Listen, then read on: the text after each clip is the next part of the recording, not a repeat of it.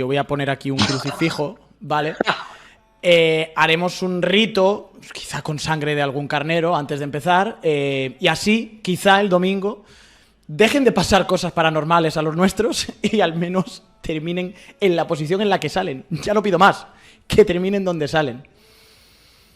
Dios mío. Es que no tengo forma de explicarlo.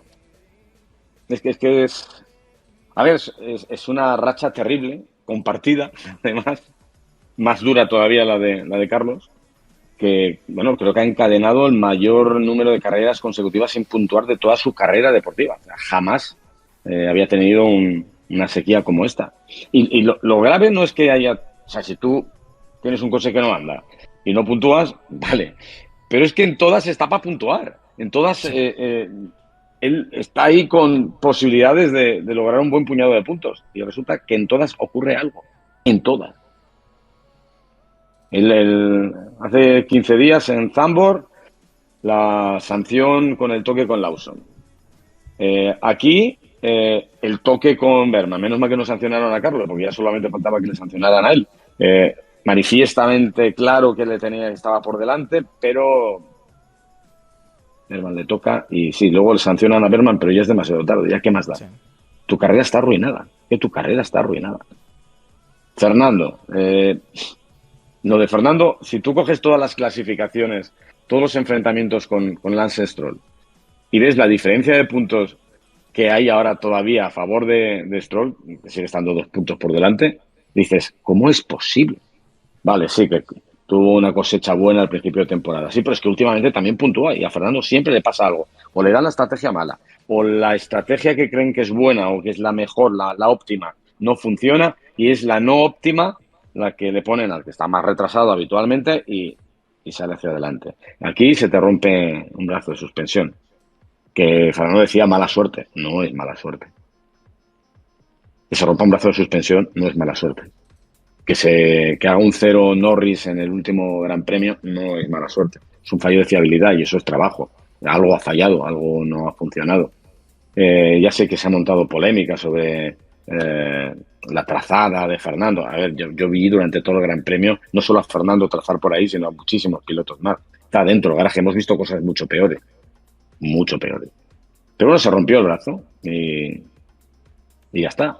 Y los 6 puntos que parecía que estaban en el bolsillo se esfuman y la tensión sigue subiendo. Y Fernando se calla, aunque ya empieza a soltar cositas. En este caso, pues no es como lo anterior, que quizá duele más porque son fallos de estrategia o falta de osadía al tomar estrategias con él. Esto es un fallo de fiabilidad, pero también le ha tocado a él. Entonces, bueno, es que no sé qué decirte. Es esperar a que vengan momentos mejores, porque también tiene que doler mucho en el caso de Fernando, que en un Gran Premio donde consiguió meterse, donde no le llamaban, donde no podía estar, donde nadie se lo creía, estaba ahí. Mete el coche octavo y en carrera, cuando los ordenadores de Aston Martin decían que lo lógico era terminar 14º o peor, se mantenía ahí en la batalla, jugando a esa alianza mágica con Gabriel Bortoleto. Fue apasionante, fue precioso. Y el día anterior ves que consigue que suene la flauta. No daban un duro, ¿eh? O sea, quemó 3 juegos de neumáticos en la Q1 porque sabía que no iba a llegar a la Q3, pero llegó a la Q3. A base de eso, de buscar rebufos aquí y allí. Y en el último tramo, en el último push, pues cogiendo la rueda de Max Verstappen, que no fue mala porque fue la mejor vuelta de la historia de la Fórmula 1 en velocidad media, perseguido por Bortoleto. Vaya 3, que estaban ahí. Pero se va todo esto.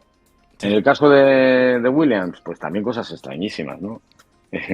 El viernes van como un tiro, pero el sábado en clasificación surge el problema que se lo esperaban de alguna forma, ¿eh? Es un problema de calentamiento de neumático. Tienen problemas para calentar el neumático delantero en circuitos como este.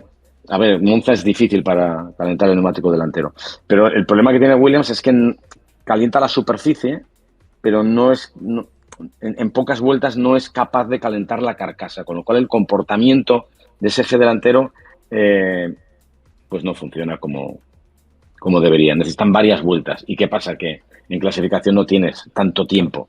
Y incluso hicieron una cosa mal, y es que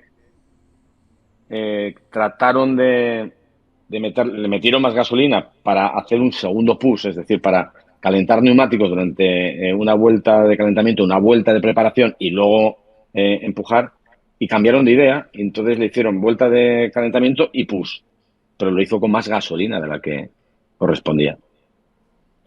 Entonces es como pequeñas cosas que no ayudan, la verdad es que no ayudan. Y luego ya en carrera, pues eso, pues mala fortuna, encuentros en la tercera fase con pilotos en el medio y bueno. Lo bueno de las malas rachas es que tarde o temprano terminan. Esperemos, por una vía u otra. A ver, has estado este fin de semana con ambos. ¿A Carlos qué tal lo viste en la entrevista que hicisteis en el pasillo que hicisteis por el pit lane? Bien, bien. Bien. Dolido por este año, porque ¿Vale? es un año raro, un año complicadete, ilusionado por lo que puede venir a partir de ahora, sobre todo a partir del año que viene. Pero sobre todo, la entrevista era un recorrido por el pit lane pasando por todos sus equipos, ¿no?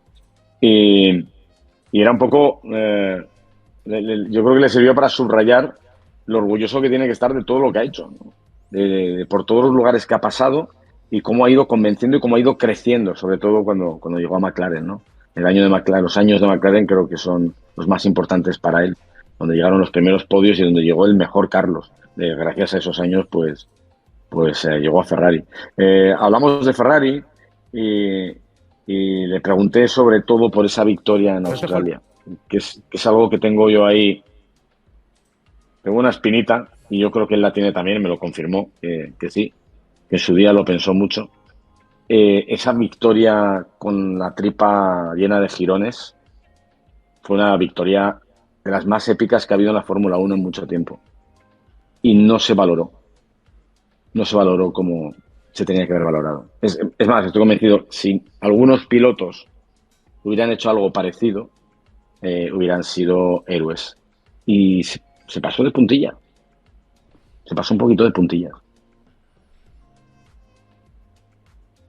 ¿Y sobre este año? Que está siendo duro y que mentalmente es duro. Lo que pasa es que también es verdad, y hablamos de ello en la entrevista, está acostumbrado a remar contra el viento. Siempre ha estado acostumbrado a remar contra el viento. De hecho, antes de empezar en Fórmula 1, antes de que le llamara a Red Bull para subirse al Toro Rosso, después de haber cumplido el objetivo que le habían marcado, que era ganar las World Series, lo único que venía era que Verstappen estaba en Toro Rosso y parecía que él no iba a estar. Y pensó que no iba a estar. Al final se alinearon los planetas y cumplieron su palabra. Pero luego le tocó lidiar, ¿no?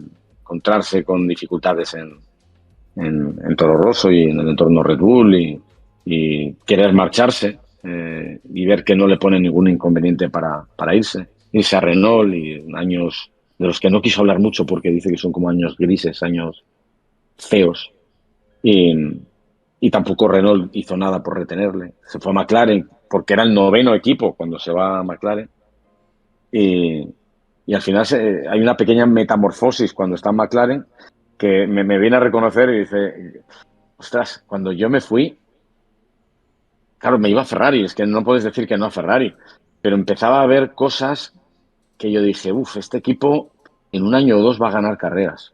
Entonces le dije, ¿cuántas veces has pensado qué hubiera ocurrido si no te hubiera sido? Y dice, muchas. Vale. Muchas. Dice, si estuvieras ahora ahí estarías luchando por el Mundial. Dice, ya lo sé. Pero son las cosas, a ver, claro, todo lo pasado. No le puedes decir que no a Ferrari, no le puedes decir que no a Ferrari. No le puedes decir que no a Ferrari. Porque además yo creo que Ferrari ha revalorizado mucho a Carlos. Y es una cosa que creo que este fin de semana se ha empezado a ver incluso. Le echaban de menos algunos tifosi. Y me ha gustado mucho, luego lo voy a enseñar, algunas pancartas de lo que hablábamos nosotros antes del inicio del fin de semana, ¿no? El último ganador de Ferrari todavía sigue siendo Carlos. Sí, no, me acuerdo que el jueves fui al hotel de los pilotos, bueno, a un hotel donde históricamente ha habido pilotos de Fórmula 1 siempre, donde estaba Leclerc, estaba Hamilton, estaba Russell, estaba Albon y estaba Carlos. Y había muchos ferraristas ahí esperando a que saliera Leclerc y Hamilton, pero me fijé en la primera fila de los más aguerridos, ¿no? Los que habían llegado pronto y estaban en la primera posición de la valla, y había mucha gente joven, y había una chica que tenía una pancarta, y tú dices, a ver, va vestida impecablemente de Ferrari de cabeza a los pies, lleva una pancarta y está en el hotel donde está Charles Leclerc y Lewis Hamilton. Y su pancarta decía, recordamos quién nos dio nuestra última victoria. Gracias, Carlos. Y tú Buenísimo. dices, Dios, mola, ¿eh? Buenísima. Y veías a Carlos moverse, entrar al circuito, salir de ese hotel y era la locura. Era la locura. También es verdad que lo era con Hamilton y lo era con Leclerc. Los tifosi no entienden o sea, son un poco como la afición del Atleti, o sea, a muerte con los suyos, ¿no? Pero es bonito que una vez que te has ido, esté ahí.